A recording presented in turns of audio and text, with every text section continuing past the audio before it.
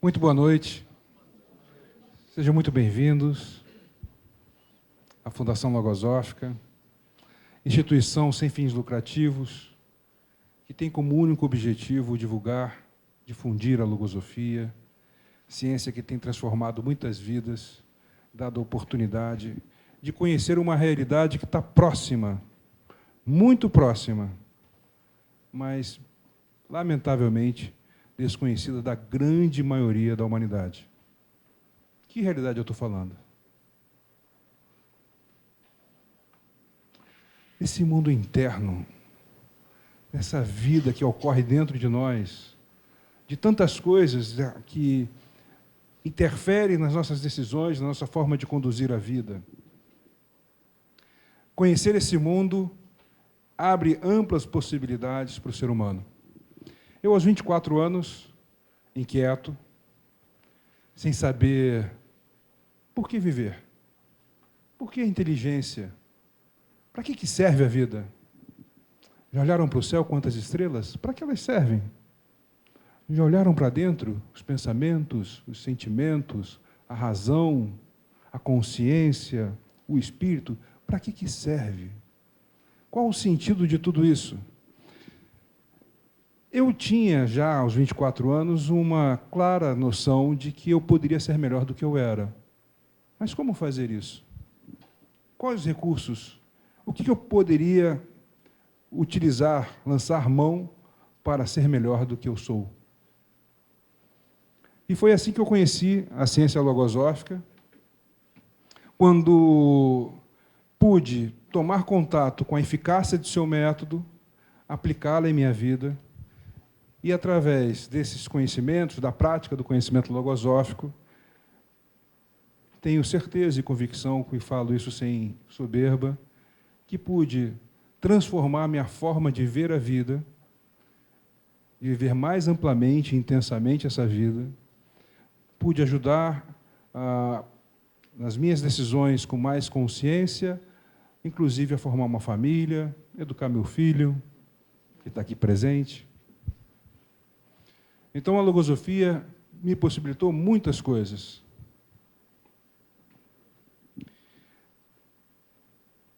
Ter certos conhecimentos, há certos conhecimentos que deveriam ser de todos. Por exemplo, a realidade dos pensamentos.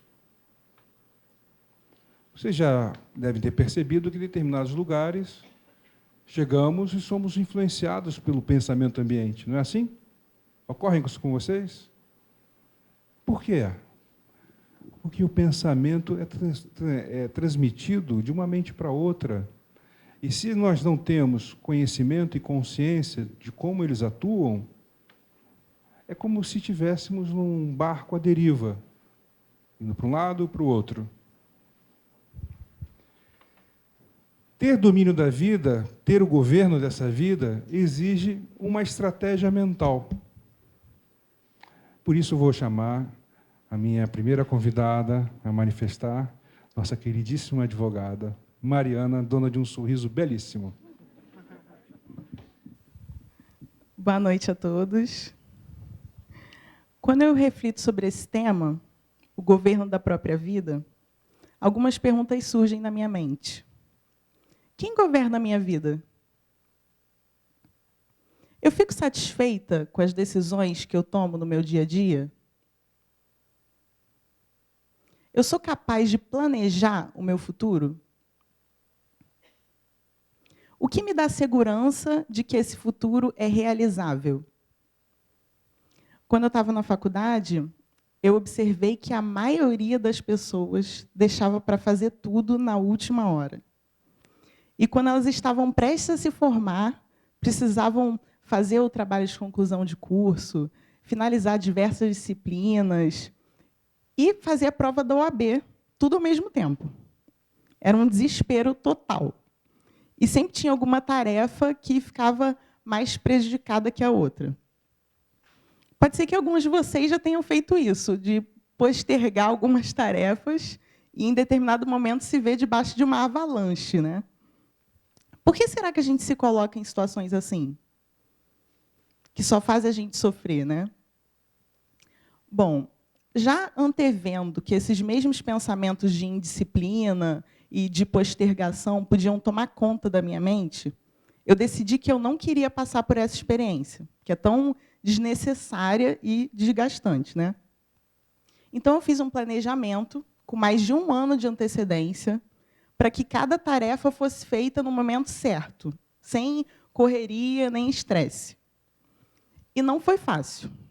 Ao longo do processo, vários pensamentos queriam me atrapalhar, querendo que eu prestasse atenção em coisas inúteis, que eu postergasse as tarefas, e até que eu participasse de eventos sociais, além do que eu poderia naquele momento. Será que a gente se dá conta do quanto de tempo se gasta com o convívio social, negando esse tempo de convívio com a gente mesmo? Bom, para não perder o foco, eu precisei sempre recordar qual era o meu objetivo, o porquê de eu ter estabelecido ele. E pensar o quão feliz eu ia ficar lá no final, depois de ter terminado tudo. Não sei se vocês já fizeram isso, de estar vivendo um desafio grande e já se imaginar lá no final, com tudo pronto, aquele momento de subir no pódio e pegar o troféu. Esse recurso é incrível. Ele gera muitos estímulos, porque a gente sente a felicidade de forma antecipada e a gente quer logo que ela aconteça. Por estar atenta aos pensamentos que podiam me atrapalhar, eu fui bem-sucedida em tudo que eu me planejei. E consegui a minha carteira profissional 1 ano antes de me formar. Nesse momento, alguns de vocês podem estar pensando assim, ok, mas muita gente passa por essa etapa e consegue fazer tudo isso, certo? Eu concordo. Muita gente que estava comigo também conseguiu. Mas o diferencial que eu observei na minha vida e que me deixou muito feliz foi que eu consegui planejar essa experiência com consciência e com equilíbrio, tendo as rédeas de cada passo na minha mão, porque eu estava prestando atenção aos pensamentos que estavam no meu mundo interno, onde fica a minha mente. E eu preservei com decisão, com perseverança, o meu propósito.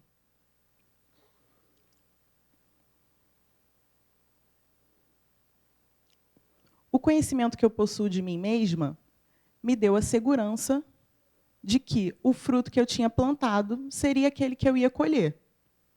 Imagine que a gente compra um computador super tecnológico, cheio de ferramentas. Como é que a gente vai usar ele em todas as suas possibilidades se a gente não conhece os recursos que ele tem? É a mesma coisa com a gente. Como é que eu vou me propor a realizar algo se eu nem me conheço direito? Não sei minhas características boas, os meus defeitos. Como é que é isso? Além disso, nessa experiência, eu pude comprovar a minha capacidade e adquirir confiança para assumir responsabilidades ainda maiores. Eu penso que toda experiência que a gente vive com consciência é como se fosse um treino, um ensaio para a experiência que a gente vai viver em seguida. E se eu não estiver atenta aos passos que eu dou até chegar no sucesso dessa experiência, como é que eu vou reproduzir ela de novo no futuro? Ou vou ter que começar do zero? E não foi só isso. O equilíbrio e a confiança que eu estava construindo para mim transbordaram da minha esfera pessoal e atingiram pessoas que estavam ao meu redor. Eu lembro que uma amiga minha me disse que a minha serenidade fez com que ela vivesse essa experiência de forma diferente. Ela sentiu uma paz e uma confiança que ela não sentia quando estava com pessoas pessimistas, negativas, que tinham pensamentos alarmistas.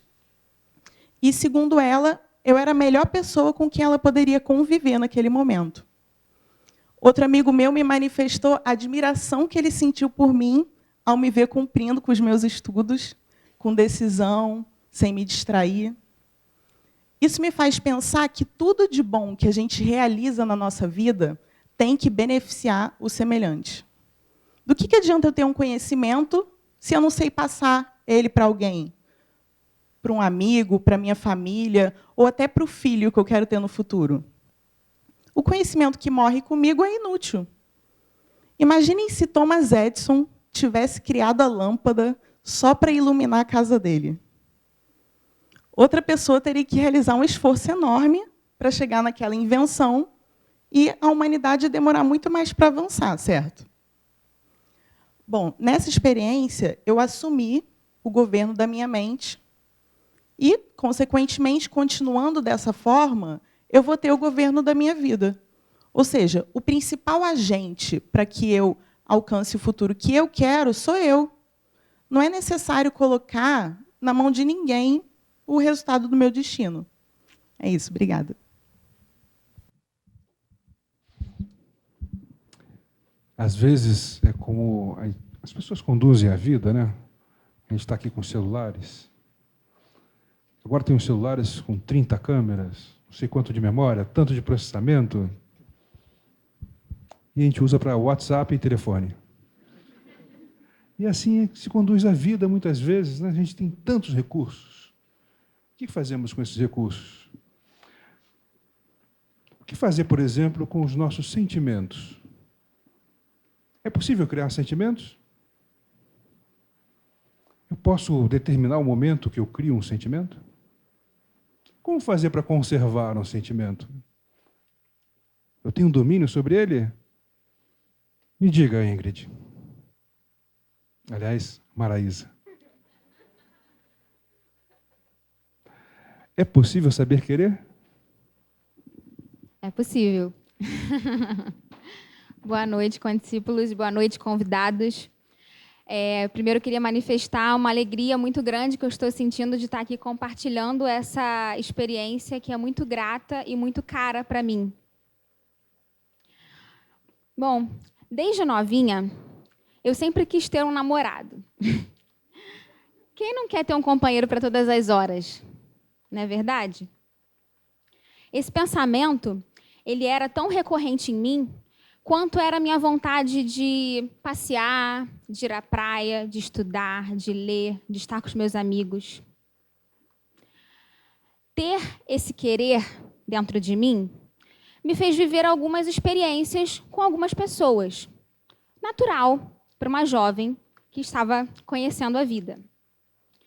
Mas viver esses relacionamentos com essas pessoas não me protegeu de certa forma. E aí, muitas vezes, eu sofri por amor. Passar por essas experiências, de vez em quando, era algo que me desanimava na busca por esse companheiro para todas as horas. E aí, nessas horas, a gente fica um pouco perdido, né? E a gente começa a buscar elementos para poder ficar bem, para se superar. Eu me recordo que eu buscava muito, e muitas vezes, né, os conselhos das pessoas que me são queridas e que me querem bem também, como minha família, meus amigos. Também buscava ler e escutar muito o que diziam especialistas amorosos, ou pessoas que se dizem especialistas amorosos, né? A gente vai buscando de tudo um pouco para se ajudar. Mas será que isso realmente ajuda? Ou pode gerar mais confusão na nossa mente? Pode alguém saber mais do que eu mesma sobre as escolhas que eu tenho que fazer para conduzir a minha vida da melhor forma que eu entendo ser? Claro, não é que eu estou dizendo que a gente não deva buscar orientações com algumas pessoas próximas, né, ou outros conhecimentos, para a gente poder fazer melhor as nossas escolhas. Mas tinha uma pergunta que me inquietava, soava com muita força dentro de mim.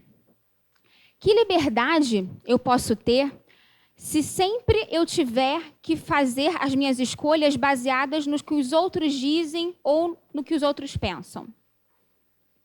Então, já sendo uma estudante de logosofia e tendo mais uma vez passado por uma experiência com um relacionamento, e uma experiência que não foi boa, não foi positiva, eu decidi dar um basta, decidi me rever por inteira. Eu percebi que não estava bastando eu apenas me dedicar com muita atenção, com muito carinho e com muita boa vontade a esses relacionamentos que eu tinha vivido. O que estava faltando, então? Eu percebi que eu tinha que começar me conhecendo para entender, de fato, o que eu queria. Vocês já se perguntaram sobre isso? Como será que a gente consegue caminhar nessa jornada de se conhecer, não é verdade? Bom, eu comecei esse caminho fazendo algumas perguntas. O que eu quero com o próximo relacionamento que eu vou ter na minha vida? Que características que essa pessoa deve ter? Que pensamentos e que sentimentos me orientaram até agora e que devem me orientar a partir de então? O que eu tolero numa pessoa que vai viver comigo? O que eu admiro? Eu quero construir uma família com essa pessoa? O que me faz verdadeiramente feliz? Bom, eu vim entendendo que tudo isso fez e faz parte de um processo de conhecimento de mim mesma que foi necessário para que eu conseguisse escolher essa pessoa de uma forma mais acertada e estar muito feliz por hoje poder dizer que eu tenho essa pessoa ao meu lado e que em breve, oficialmente, essa pessoa será o meu companheiro de vida. Eu fui percebendo que as minhas escolhas sentimentais, elas deveriam ter sido orientadas, desde sempre, por motivos nobres e generosos, onde eu enxergo nesse companheiro uma pessoa em que nós vamos nos auxiliando a sermos melhores, a nos superarmos, e isso tudo tem que ser cultivado na nossa convivência. Mas, para isso, eu percebi que eu tinha que me capacitar internamente. Então, como que é esse processo? A gente costuma se capacitar muito para coisas materiais, na verdade. Quando a gente vai, por exemplo, se capacitar para ser melhor numa profissão. Isso é muito comum. Eu percebi que eu tinha que me capacitar também para dentro, me voltando para dentro. Então, nesse processo, por exemplo, eu percebi que eu tinha que começar a observar um pouco mais as causas, ou tentar, chegar às causas de por que os outros relacionamentos não tinham dado certo. Entender os pensamentos e os sentimentos que estavam me habitando naqueles momentos. Cultivar a paciência sobre o momento certo das coisas acontecerem na minha vida. E hoje eu posso dizer que eu estou trilhando esse caminho de uma forma mais consciente, mais segura, sabendo para onde eu estou governando a minha vida e tendo a certeza de que hoje a pessoa que está ao meu lado é alguém que, de fato, eu busquei através do conhecimento. Essa pessoa que eu busquei num equilíbrio entre a minha mente e o meu coração. Obrigada. Como é que podemos comprovar que estamos com o governo da própria vida? Como é que tirar uma prova assim? Qual é a nota? Tem uma dica. Para a logosofia, eu aprendi, eu tenho comprovado, tempo é vida. Então, se eu tenho mais domínio sobre o tempo, eu tenho mais domínio sobre a própria vida. Ter esse controle daquilo que se faz, do bom uso do tempo, é ter cada vez mais um controle sobre aquilo que vai acontecer conosco.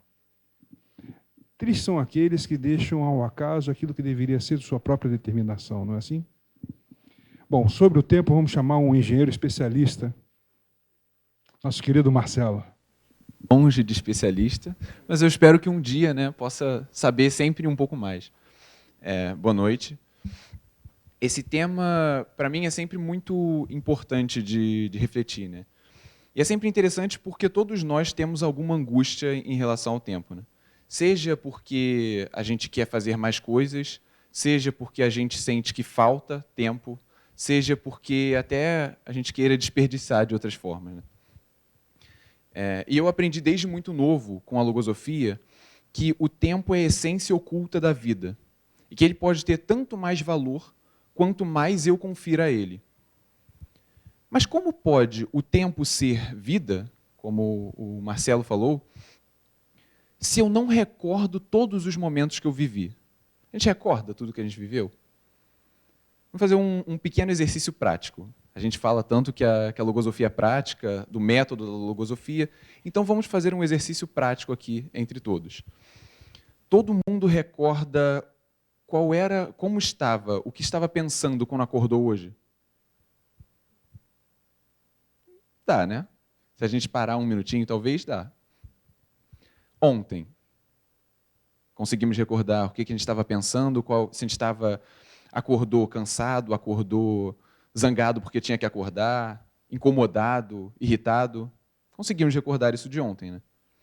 Se a gente for um pouquinho mais para trás, semana passada, quarta-feira, 7 dias para trás, a gente recorda como acordou? Recorda. Mas já é um pouco mais difícil.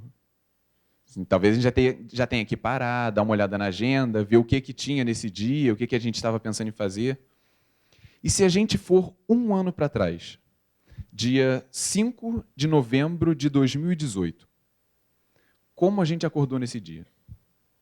Alguém lembra? Eu não lembro. Eu acho que algumas pessoas talvez até lembrem, né? Mas talvez por ser uma data especial, ter um aniversário, um casamento, algo que marque esse dia para que seja diferente dos outros. Mas todos os demais dias, eu não lembro. Eu acho que eu posso dizer que a gente não lembra, né? Então, se o tempo é vida, mas eu não recordo todos os tempos que eu vivi, como eu posso dizer que eu vivi esses tempos? Como eu posso dizer que isso faz parte da minha vida se eu não os recordo? Parando para refletir sobre isso uma vez, eu estava tentando fazer o exercício de recordar na época do ensino médio. Isso foi por volta de 2011. Então, eu me propus analisar o que eu recordava do ensino médio, né? Como eu recordava desses dias.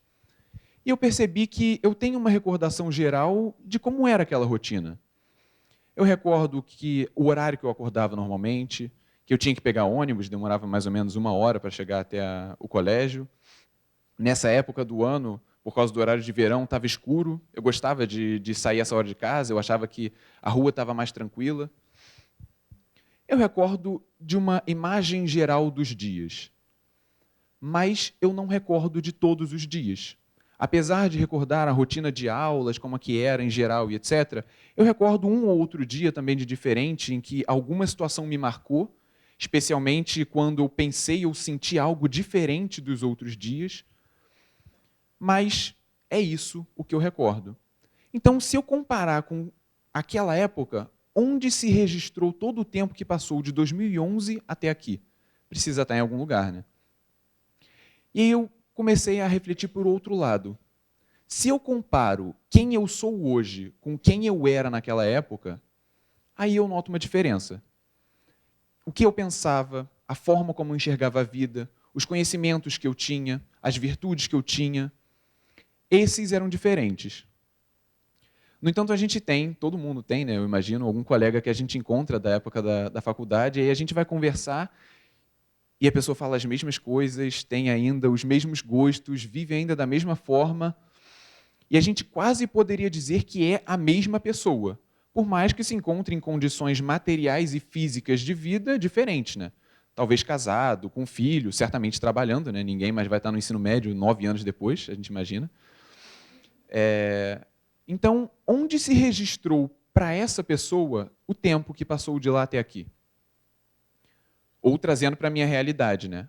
Eu vejo que eu sou diferente, mas como eu percebo essa diferença? Eu me propus um dia criar o propósito de desenvolver uma virtude. A virtude de ser capaz de me adaptar sem reagir frente às situações.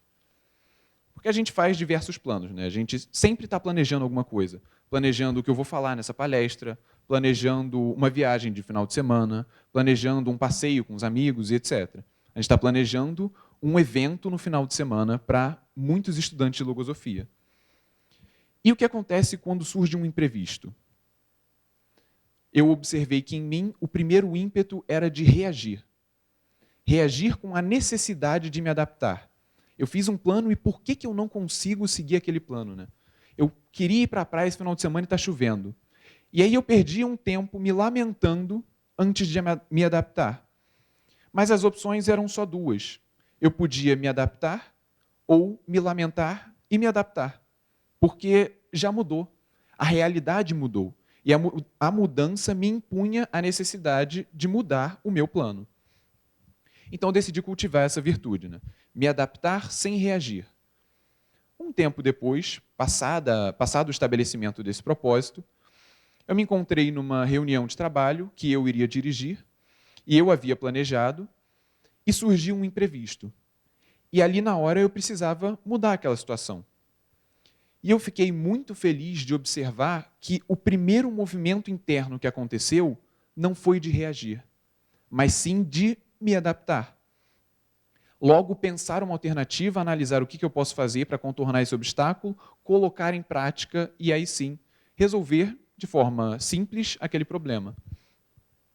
Ali, nesse pequeno fragmento, eu pude perceber uma parte daquele tempo que passou desde quando eu estabeleci o propósito. Ficou registrado na minha vida naquela mudança da minha psicologia.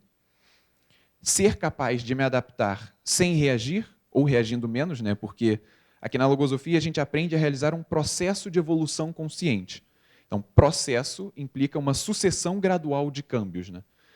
E não significa que porque naquela situação eu vivi essa mudança de forma tão natural, que isso acontece em todos os casos.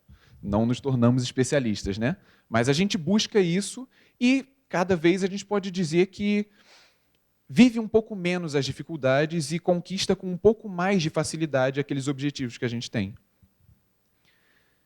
Então, nesse pequeno fragmento, eu percebi onde se registrava o meu tempo. Aquele tempo virou, em essência, parte da minha vida. No entanto, muita coisa aconteceu de lá até aqui, né? E onde se registrou o restante? Todo o tempo que não culminou em alcançar algum conhecimento, alcançar alguma virtude, etc.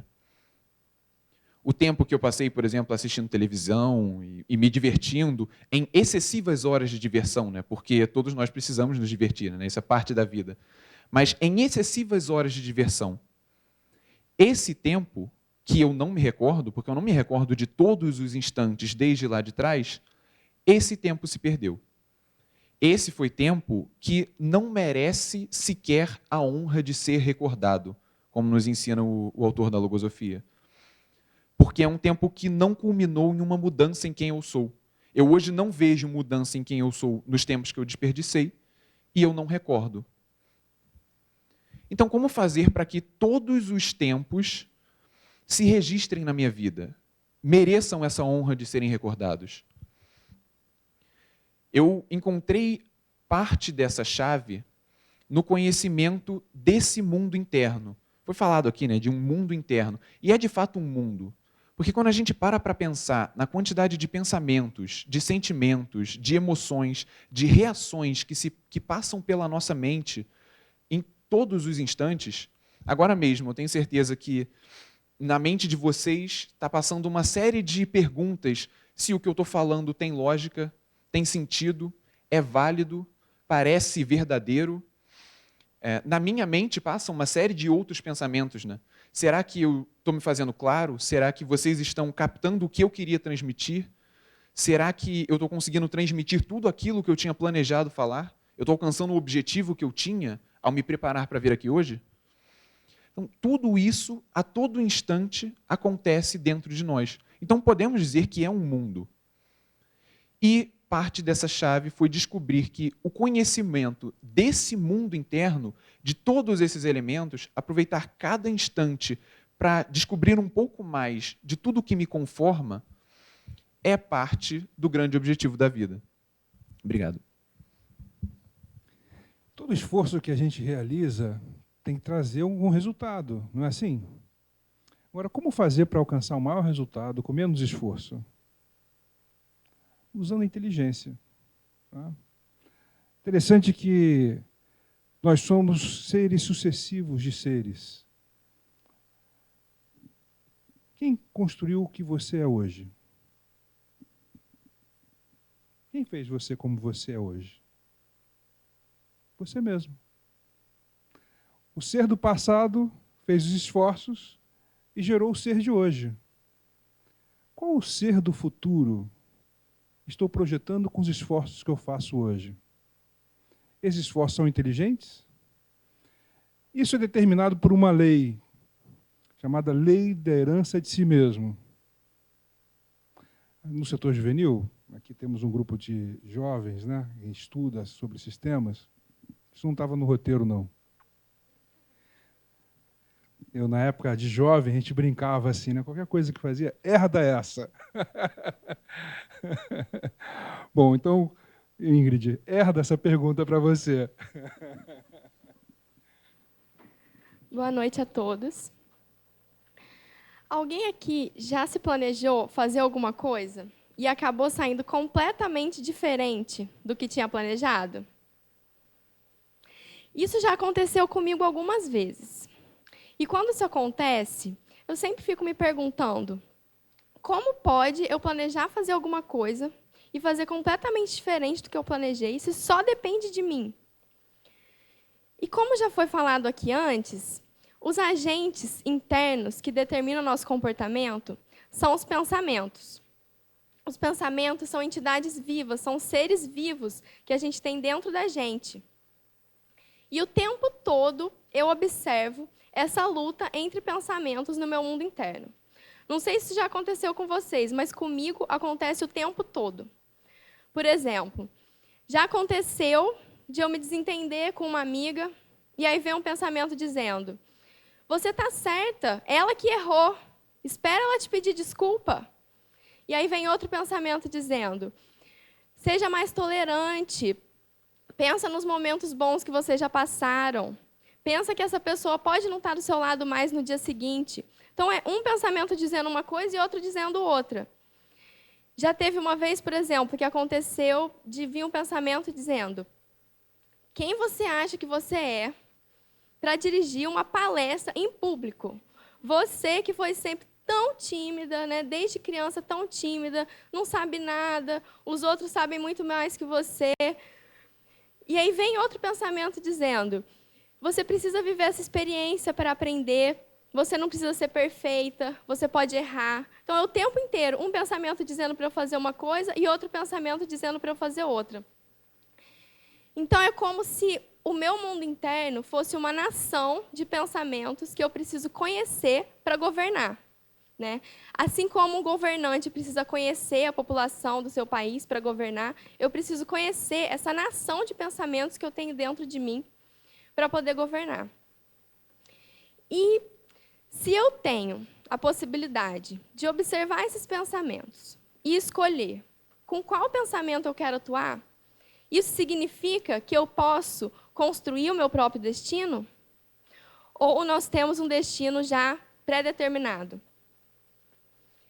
E quando eu fiquei refletindo sobre essa pergunta, sobre a lei de herança, eu me fiz a seguinte reflexão: se Deus me deu essa psicologia tão complexa, se Deus me deu uma mente com tantas capacidades, capacidade de observar, pensar, raciocinar, refletir, intuir, discernir e várias outras que a logosofia tem me ensinado, capacidade de querer, sofrer, que são as capacidades que eu tenho sensíveis, né? Se eu tenho tudo isso, é para quê? Se Deus me deu a capacidade de me superar, faz sentido o meu destino já está determinado? Não posso fazer nada para mudar o que foi escolhido para mim? Hoje eu compreendo que se eu tenho essas capacidades é porque eu existo para isso. E hoje eu tenho convicção de que eu sou responsável pelo meu próprio destino. E o fato de eu estar aqui hoje, para mim, é uma comprovação disso. Porque eu sempre fui muito tímida, poderia ter seguido assim a vida inteira, mas praticando o método logosófico na própria vida, eu consegui mudar o meu destino e estou aqui hoje.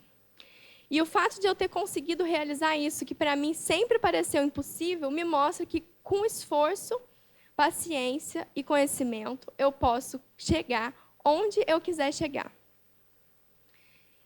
Então, se eu posso chegar onde eu quiser chegar, onde eu vou chegar? Onde eu quero chegar? Vocês já pensaram onde vocês querem chegar no final da vida? E agora eu estou vivendo um momento de muitas escolhas, estou me formando, tem muitas possibilidades, fazendo prova de residência, posso ir para vários lugares, posso fazer prova para vários lugares, não sei ainda onde eu vou morar, mas hoje eu tenho uma tranquilidade muito grande, uma segurança muito grande de saber que onde quer que eu esteja, o que me faz feliz de verdade só depende de mim. Onde quer que eu esteja, se eu conseguir ter um maior domínio sobre meus pensamentos, se eu conseguir ter uma melhor convivência com as pessoas ao meu redor, se eu conseguir ser mais tolerante, me superar um pouco a cada dia, isso vai me fazer feliz de verdade, onde quer que eu esteja. E isso só depende de mim. E é isso que eu quero construir para o meu futuro. Então, eu proponho, né, que todos aqui, todos vocês, tentem também fazer essa reflexão do que querem construir para o próprio futuro, do que estão plantando hoje que vocês querem colher depois. O que a gente vive hoje que vai fazer diferença daqui 20, 30, 40 anos, 1000 anos, 10 mil anos. Obrigada, é isso.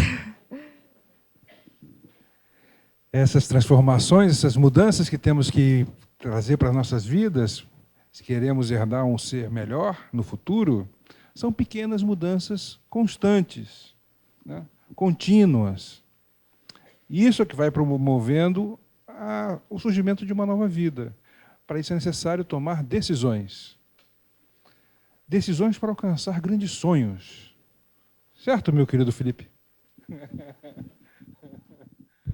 Boa noite. Vou compartilhar uma experiência que começou com um sonho que eu tive.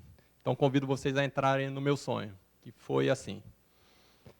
Eu sonhei que o meu filho teria uma apresentação na escola dele. O sonho se passava exatamente nesse salão, tá?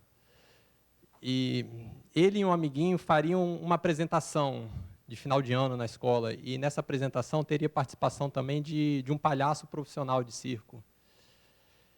E eles vinham muito felizes, muito alegres, ensaiando, estavam animados, comentavam em casa às vezes, estavam felizes com a proximidade desse evento. Sendo que, chegando no dia da apresentação, esse palhaço não apareceu. E eles ficaram decepcionados, aparentemente, realmente não vinham o palhaço, eles se prepararam, mas não se apresentariam. E eu vendo aquela cara de tristeza, decepcionado deles, resolvi dar uma de herói. Peguei o figurino do palhaço, me vesti de palhaço e falei, vamos lá, eu vou com vocês. Fala aí o que eu tenho que fazer, vamos ensaiar rapidinho, nesses minutinhos que a gente tem. E eles ficaram numa alegria tremenda. A gente foi ensaiando aquele negócio todo improvisado, dando tudo errado. Para mim estava dando errado, mas eles estavam numa felicidade tamanha que para eles já estava dando certo. E estávamos lá, felizes, nos preparando. Sendo que instantes antes da gente se apresentar, ao subir no palco, o palhaço chegou. Eu recordo muito nitidamente no sonho dele chegando apressadamente, aliviado por ter chegado. E eu, por outro lado, também fiquei muito aliviado dele ter chegado, já fui passando rapidamente figurino para ele, cumprimentei. E quando eu virei para o meu filho, para o amiguinho, para dar aquele joinha, falar, vai lá, pensando que eles também iam estar aliviados e felizes, como eu estava, a fisionomia deles de decepcionados, né? Nessa hora era eu que estava dando o bolo deles, não mais o palhaço. Era muito óbvio que eles queriam que eu rejeitasse o palhaço e subisse com eles no palco. No sonho eu ainda considerei aquela possibilidade, titubeei um pouco, mas não tomei uma decisão. Deixei levar, me agarrei um pouco num pedaço de razão de que o palhaço faria melhor do que eu. Ele era um profissional, se preparou junto com eles e faria melhor. Não podia dar errado se eu fosse. E assim foi, acabou o sonho dessa forma. E aí, olha que interessante, exatamente nesse dia, no dia que eu tive esse sonho, teria uma apresentação aqui na escola, exatamente aqui nesse espaço, da turma do meu filho. Era um evento de final de ano da aula de capoeira, um exame de troca de faixas.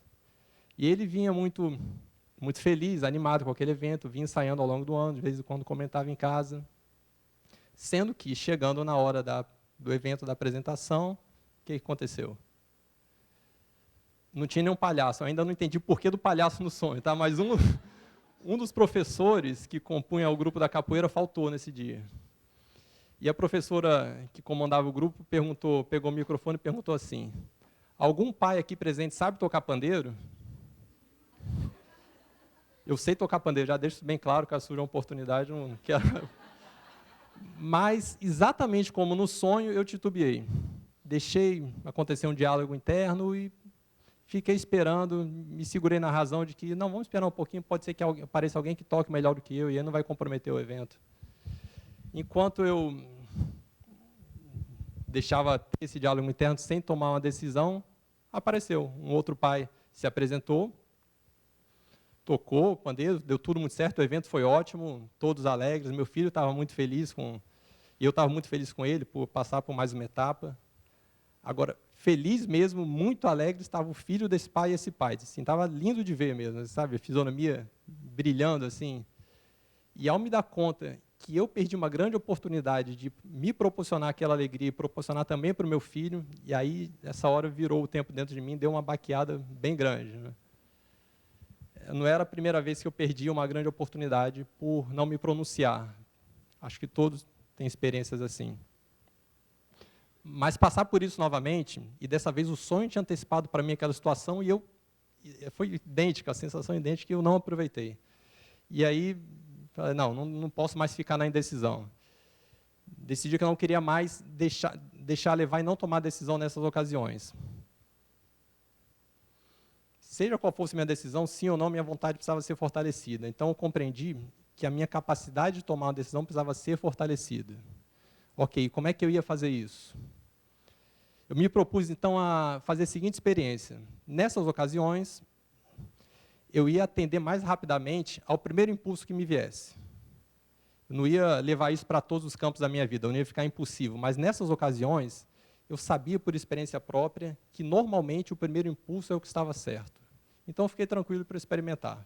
Fiz esse plano interno, que aconteceu em alguns dias, e assim que eu decidi isso, não demorou muito, a vida já me colocou à prova. Não sei se já aconteceu com vocês também, de tomar uma decisão e já ser colocado à prova. Poucos dias depois, teve um evento interno aqui na Fundação, exatamente nesse salão novamente. Eu estava participando de um grupo, e esse grupo ficou encarregado de fazer improvisadamente, na hora, uma apresentação teatral de alguns minutinhos, improvisada, cujo o personagem principal dessa esquete era o pensamento da decisão. Era um teatrinho de pensamentos e o personagem principal era o da decisão. E a pessoa que estava comandando o grupo perguntou: quem é que vai fazer o papel da decisão? Ok, tinha um plano, mas teve um diálogozinho interno. Eu pensei, caramba, que furada, hein?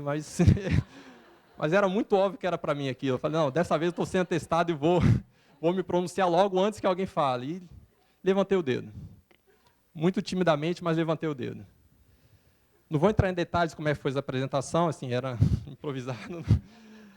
Mas fato é que eu me senti libertado depois disso. Não só pela desinibição que o teatro proporciona, foi uma experiência legal também, mas isso era até secundário. Eu percebi que a grande vitória para mim foi quando eu levantei o dedo. Naquele momento que eu disse sim, a sensação que eu tive foi como se estivesse movendo uma importante alavanca da minha herança individual. Sensação de que estava mudando o meu DNA naquele momento. Percebi também que, quando eu dei vida ao propósito que eu mesmo tinha criado, esse propósito foi mais forte, ganhou mais força. Tanto é que, desde então, eu tenho sido muito mais convicto a dizer um sim. Convicto também a dizer um não, porque um não também é uma decisão importante. A minha capacidade de tomar uma decisão ficou mais fortalecida. Percebo que eu estou um pouco menos vulnerável a pensamentos dentro de mim contrários ao que eu realmente quero. Assumir um pouco mais o comando da minha vida. Esse pouco mais faz uma diferença imensa na vida. Claro que minha mente ainda não é um ambiente totalmente sereno e apaziguado. Eu percebo que, nessas ocasiões, inicia-se uma corrida de pensamentos dentro de mim. E, apesar dessa corrida ser dentro de mim, não necessariamente o meu pensamento favorito é o que ganha, às vezes eu perco. Mas, ultimamente, eu tenho vencido muito mais. Prova disso é estar aqui falando com vocês. Muito obrigado. Se eu falasse para vocês que existem duas naturezas, uma física e uma espiritual, o sonho faz parte de qual natureza?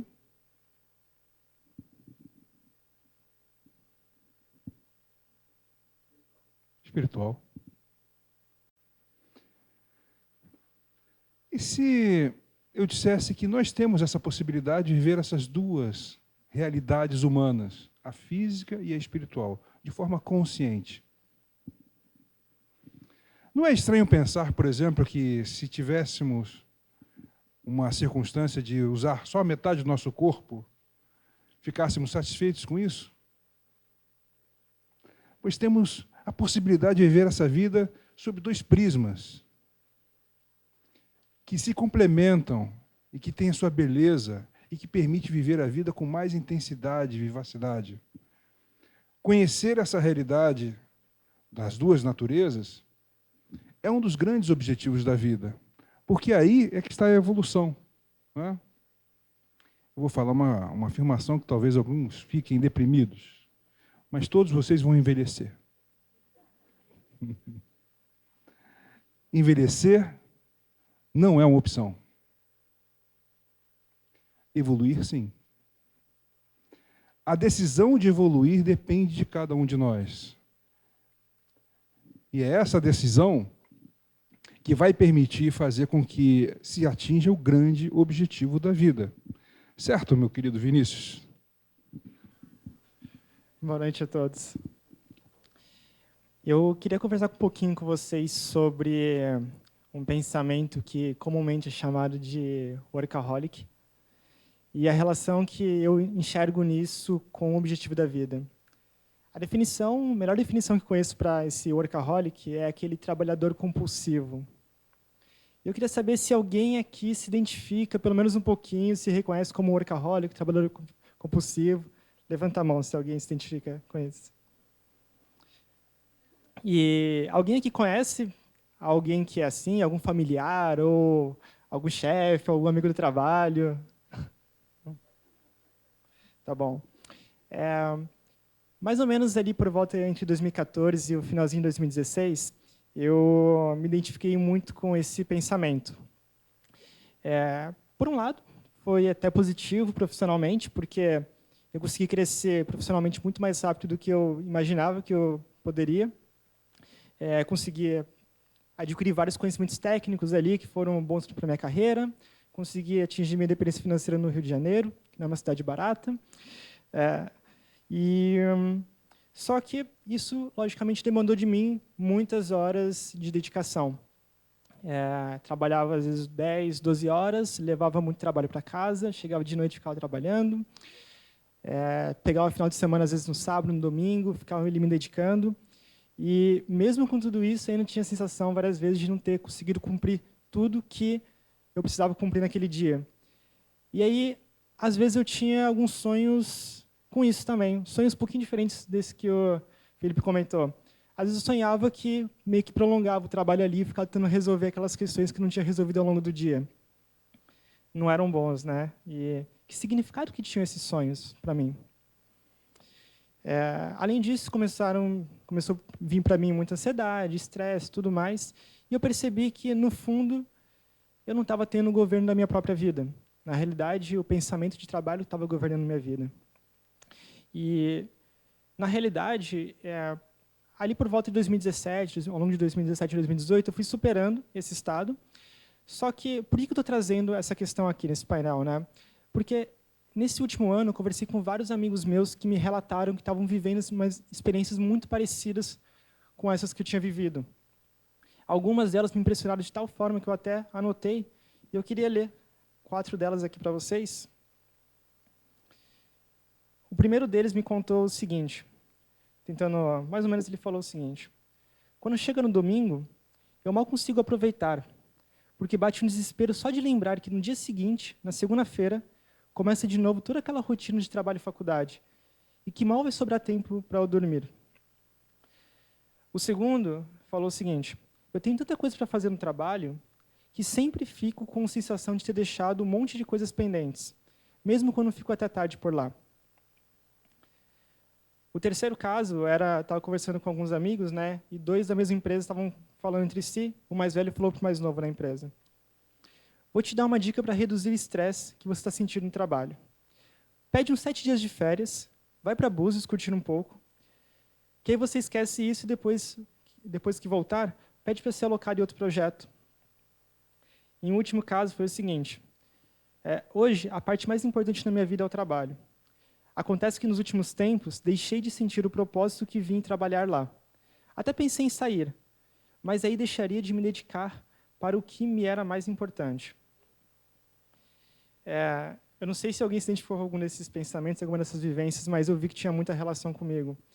E, bom, na virada de ano de 2016 para 2017, quando eu percebi que estava insustentável, que eu resolvi fazer essa mudança, também não podia ser uma mudança drástica, assim, né? Não ia largar o emprego, viver na praia, viver viajando, curtição, não fazia sentido.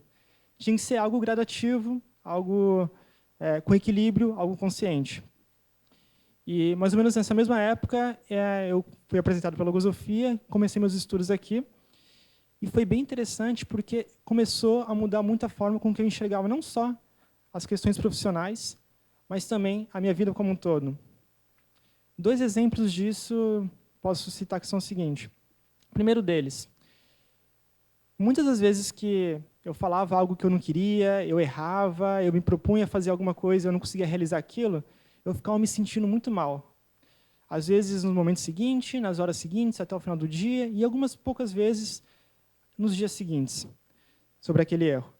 E eu fui percebendo que, ao longo dos estudos, aos pouquinhos, gradativamente, eu comecei quando eu errava, quando eu me sentia mal dessa forma, de noite eu parava, às vezes, para poder analisar serenamente o que tinha me ocorrido naquele momento. Por que eu fui influenciado a errar? O que me levou a errar? Como que eu posso, numa outra situação parecida, acertar? Com isso, logicamente, vem muito mais confiança para poder atuar em situações parecidas. Um outro aspecto foi a forma de priorizar as coisas da vida. Como já foi trazido uma série de questões sobre o que é mais importante para a vida, né? Eu comecei mais ou menos a cada 6 meses, tentar registrar o que tinha sido mais importante para mim e planejar como é que eu faria os próximos 6 meses, o que eu viveria, para o que eu me dedicaria. Aí eu comecei a ver que tinha muita coisa que não era relevante ali, que simplesmente tomava meu tempo, mas não era bom para mim. Comecei a tirar essas coisas e passou a me sobrar muito tempo para poder me dedicar para o que realmente era importante. Agora, sobre o trabalho, sobre a vida como um todo. Qual que é o propósito do trabalho? Qual que é o sentido do trabalho? Ainda estou estudando isso, tá? Não tenho a resposta justamente para isso, mas eu percebo que tem 3 coisas ali que tem muita relação com isso. A primeira delas é que o trabalho não pode ser o eixo central da vida. Se, por exemplo, a vida é o corpo humano, o trabalho pode ser, talvez, um braço da vida. E, lógico que esse braço talvez demande muitas horas ao longo do dia, pode ser, mas ele não pode ser a parte central, ainda que tenha a responsabilidade por ser parte da vida, parte desse corpo humano. O segundo ponto é que o trabalho também, eu enxergo que é uma das formas da gente cumprir parte do nosso papel na sociedade. Da gente levar um pouco de serviço para a sociedade como um todo, né?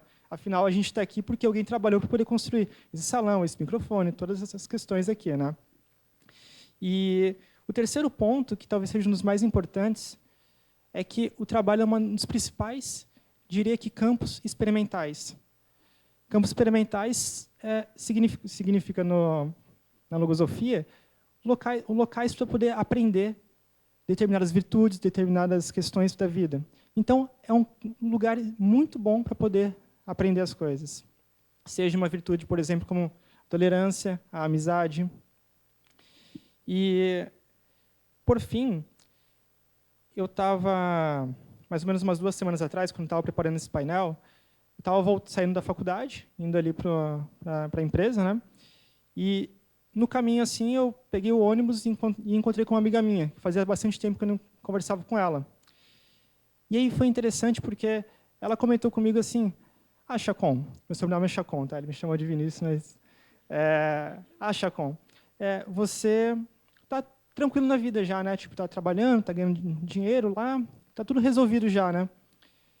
E aí me surpreendeu porque o trabalho deixando de ser o centro da vida, não é porque esse braço está razoavelmente resolvido, que a vida está resolvida. E o resto do corpo todo? E o resto da vida como um todo? Qual que é o propósito de tudo isso? E eu respondi que ainda tinha muita coisa para poder resolver, muita coisa para fazer, né? Uma das questões, por exemplo, que para mim hoje é muito importante, é a possibilidade de construir uma família.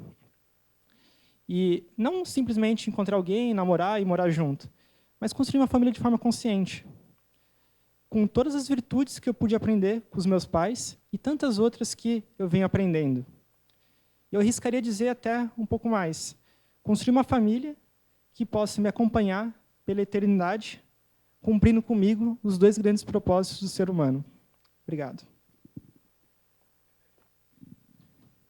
Qual é o objetivo da vida? Você já definiu o seu? Vem estudar logosofia conosco. É tão bom. Venham reconhecer essa realidade que existe dentro de nós e essa troca tão importante e imponderável das experiências dessas descobertas. Somente assim se poderá cumprir com o enorme objetivo da vida, que é conhecer a si mesmo. Muito obrigado pela presença de todos. Queria afirmar e convidar a todos a conhecer um pouco mais da Fundação Logosófica, suas atividades, seus cursos gratuitos que ocorrem periodicamente, toda semana, e encontrar aqueles que estão com esse crachá para esclarecer aspectos do que a logosofia promoveu em suas vidas. Muito obrigado pela presença de todos.